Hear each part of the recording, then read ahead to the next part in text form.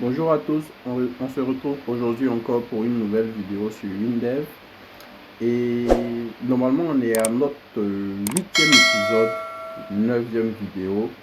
C'est le final de notre formation pratique niveau 1. Et je suis Régis Kessé, votre formateur principal sur cette chaîne. Alors aujourd'hui, on va voir comment configurer notre imprimante, configurer notre état, lui passer les paramètres qu'on a déclarés et puis lancer notre impression. Alors, on va ouvrir WinDev et ouvrir notre projet. Alors, on peut se poser la question, pourquoi configurer l'imprimante avant de passer à l'impression? Parce que sur WinDev, on a la possibilité en fait d'ouvrir une application de visualisation de l'état qu'on veut imprimer avant impression. Et cette application qui nous permet de visualiser l'état va nous permettre aussi de choisir l'imprimante sur laquelle on veut imprimer.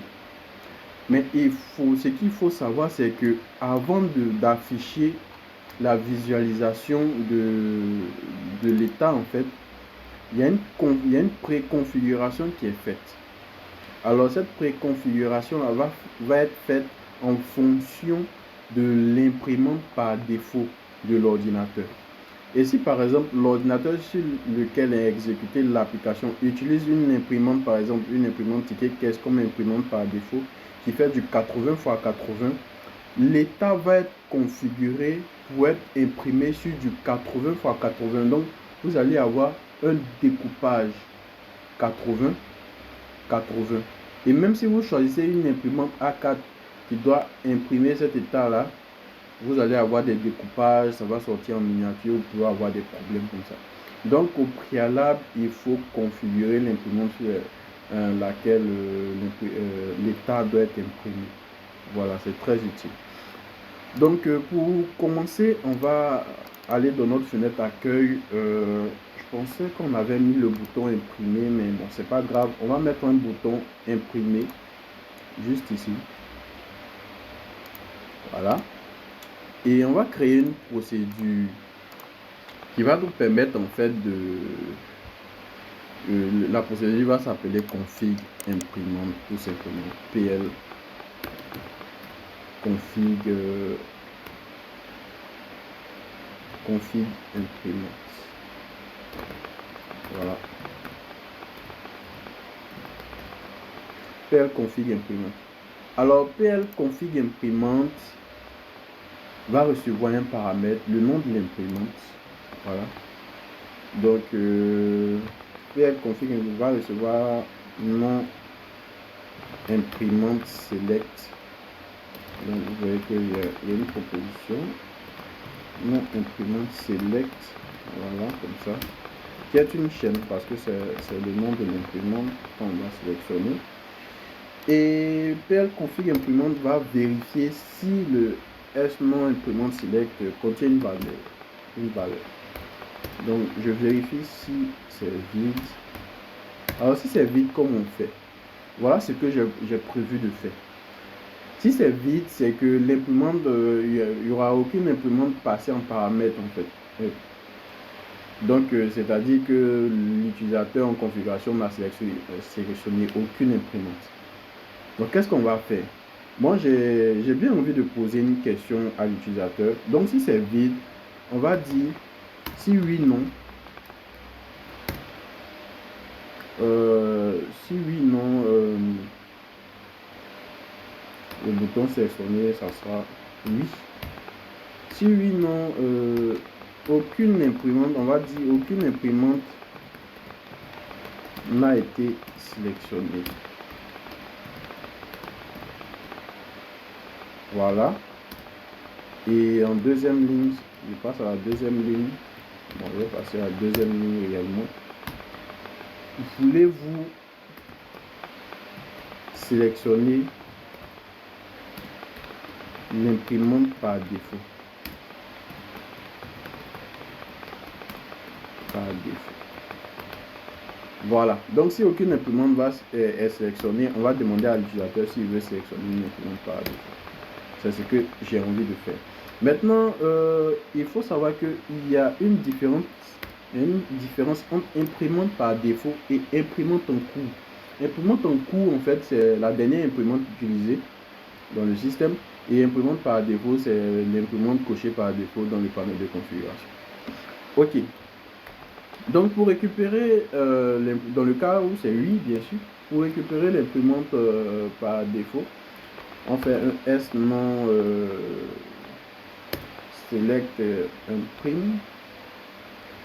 Je peux l'utiliser. Hein. Va recevoir, pour récupérer l'imprimante par défaut, on fait info imprimante.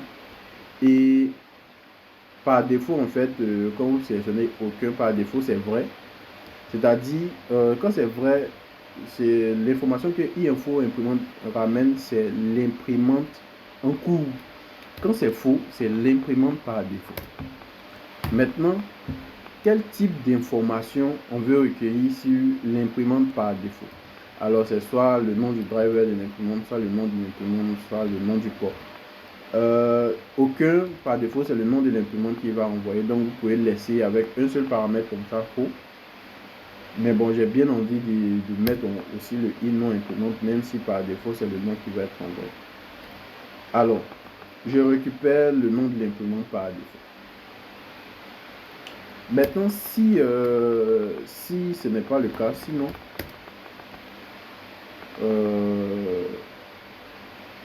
bon, sinon on fait rien. J'ai bien envie de ne rien faire. Sinon on fait rien. Voilà. Sinon on fait rien. Et là, on va configurer maintenant l'imprimante. Pour configurer, on va utiliser tout bêtement une fonction iConfigure. Et configure le nom de l'imprimante, en fait, c'est le S nom. Voilà. Pour configurer, il dit que c'est sur cette imprimante là. On veut travailler. Donc, si c'est une imprimante qui gère le A4, et bien notre état A4 ne va pas avoir de problème. Et j'ai bien envie même de directement passer les paramètres maintenant. On va voir ça directement dans le bouton. Donc j'ai fait ma procédure qui va me permettre en fait de configurer mon imprimante. Voilà. Donc je passe directement dans le bouton imprimer. Et dans le bouton imprimer, je vais appeler la procédure PL config imprimante. Et le S non imprimante, on a créé une variable globale normalement qui doit recevoir le nom de l'imprimante sélectionné dans les paramètres. Je pense que le nom de la variable c'est... Ah non, on n'a pas créé une variable pour récupérer le nom de l'imprimante. Donc je vais regarder dans... Ah si. Mais en fait on devait créer une variable pour ça. Donc je vais créer une variable JS non imprimante param pour dire que c'est l'imprimante qui est dans les paramètres. C'est une chaîne. Voilà. Et dans le recul paramètres, en fait, je vais tout simplement dire que GS non imprimante reçoit paramètre point imprimante, je pense à imprimante, voilà. Paramètre point imprimante select. Voilà, c'est fait. Donc normalement mon JS non imprimante doit recevoir le nom de l'imprimante sélectionnée si jamais cette imprimante a été sélectionnée dans les paramètres. Donc je reviens dans mon bouton imprimer et dans PL config imprimante, je cherche le JS non imprimante paramètre. Alors bon, il faut que on n'a pas besoin de trucs. Hein. J'ai bien envie de renvoyer la valeur et ne pas l'utiliser pour la configuration. Mais c'est bon, ça va. Donc directement dans dans mon bouton imprimer, je configure l'imprimante et je... Ah si, je dois faire ça comme ça parce que je dois passer aussi... je n'ai pas besoin. Non, ça va. Donc PL config imprimante. Ensuite, on va appeler la fenêtre ou l'application en fait qui nous permet de visualiser l'état qu'on souhaite imprimer avant l'impression. Donc pour appeler cette application, on utilise la fonction iAperçu. Et iAperçu, en fait, on nous demande d'utiliser, de mentionner le type de zoom que cette application va faire sur notre état. Et très souvent, moi, j'utilise le iAperçu zoom défaut. Et là, on me demande de mettre un nom de document qui sera donné à l'impression. Là, comme ça, si on imprime en PDF ou on exporte le nom du document qui sera donné en fait. Voilà. Donc là, moi, très souvent, je laisse par défaut. Donc ça nous donne directement le nom de l'état. Donc je vais laisser par défaut comme ça. Et ici, je vais utiliser la fonction imprime état. Imprime état. Voilà, et je prends le nom de l'état. Et l'état en fait a des paramètres. Donc je vais rapidement faire du copier-coller. Je regarde dans le code de l'état ici. Ces paramètres, je pense que l'ordre des paramètres n'a pas changé. Donc je peux prendre directement ici. Voilà. Et je vais passer ça dans les paramètres là. Voilà. Donc ici, je vais enlever ça. Je vais mettre un 3 comme ici. Voilà.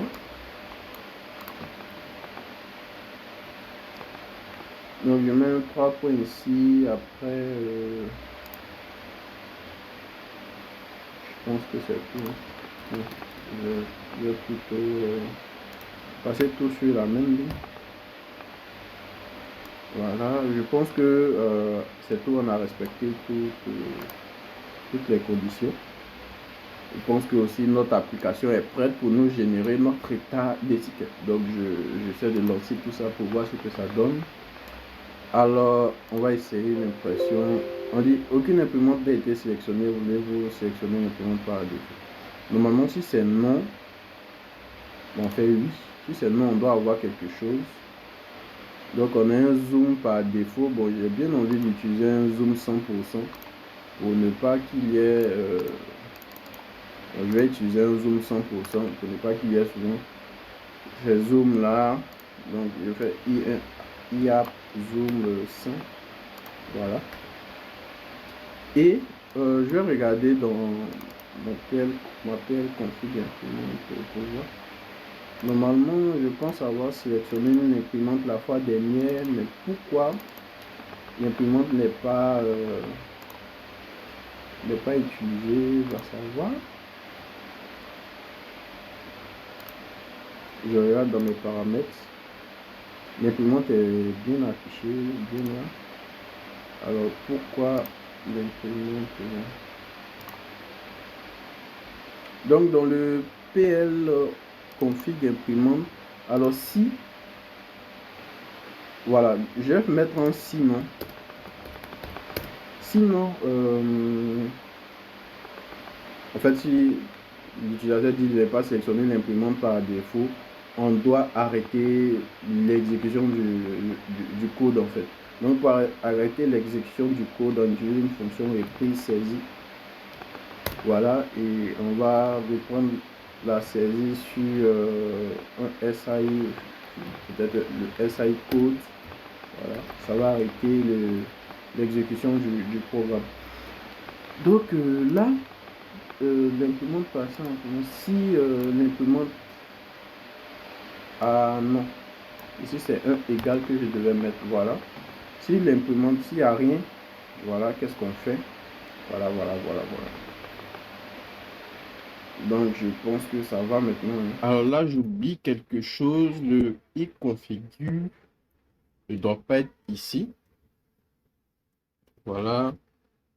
En fait, s'il est ici, il y aura une action que si le nom d'imprimante select est égal à une chaîne vide. Pourtant, on peut passer le nom imprimante select avec la véritable imprimante qui a été enregistrée. Dans ce cas-là, il faut configurer quand même.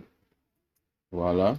C'est-à-dire qu'il y a une imprimante en fait qui a été sélectionnée dans les paramètres. Donc, il faut configurer. Sinon, ça ne va pas fonctionner. Donc là, je pense que c'est bon. Je vais supprimer en fait l'imprimante par défaut qui est enregistrée dans la base de données.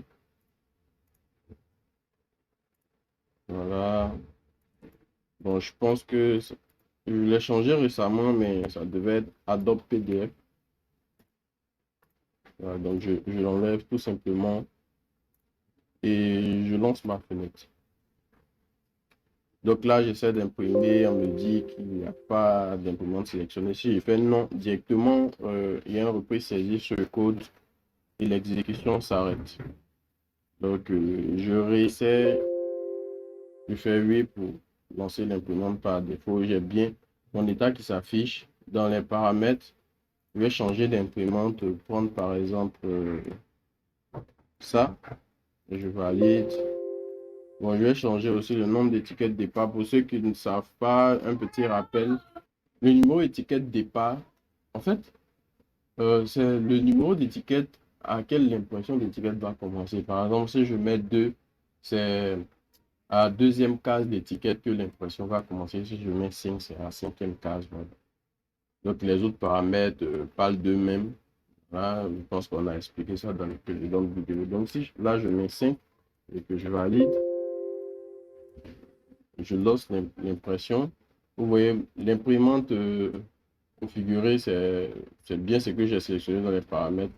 Et on a sauté 4 cases et on a commencé l'impression à la cinquième case. Voilà, je pense que on a fait le tour de notre cours. Nous sommes maintenant à la fin. Et je vous dis merci d'avoir suivi cette formation. On se donne rendez-vous pour d'autres formations.